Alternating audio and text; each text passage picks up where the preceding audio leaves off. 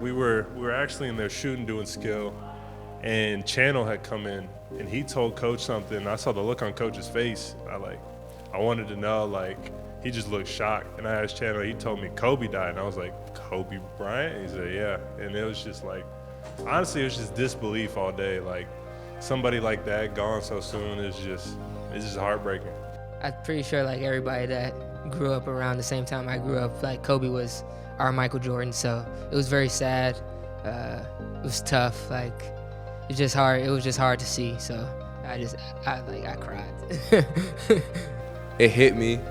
I was sad, but like when I got really emotional when I found out his daughter died too, cause like she was a little girl and stuff like that. So like anything like that hurt your feeling. Then I got home, just was like just thinking about it, started watching some Kobe highlights, and that's when I got emotional, just broke down.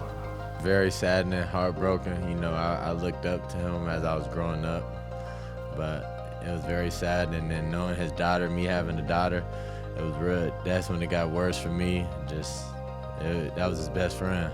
It's hard to comprehend that, like, a guy that's just so, like, he's an idol, you know, like kind of immortal, and then, like, you just realize he's a human being just like the rest of us. That was crazy. It was just constant, back home, it was just constant debates about him or LeBron, and then it's just like, I like to watch videos of him, just his footwork was amazing, and I just try to do what he did and just try to be the best player I can be. One thing I always remember about Kobe was just his drive to become great. Growing up, I was the biggest LeBron fan, so that meant I had to hate Kobe at the same time, but I always respected his work ethic and his drive to become the best, and that never went unnoticed. Just his mentality is what really, you know, stuck with me. It was kind of like just to eat or be eaten, and it's just like, you know, you got to put food on your table, and I think that was his mentality going into anything. He's just a competitor, and so that's just, you know, something I really took from him.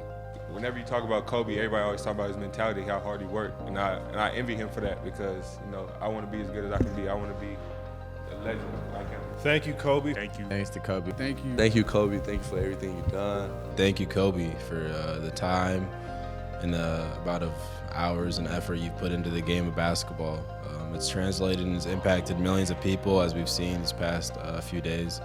And I can never thank you enough for what you've done for the game of basketball. Thank you, Kobe, for doing what you do, being who you were, and just showing so much compassion on the floor and off the floor after you retired, how you handled your daughters and how you handled your family. Thank you, Kobe, for inspiring, I think, young black men, inspiring young men of all.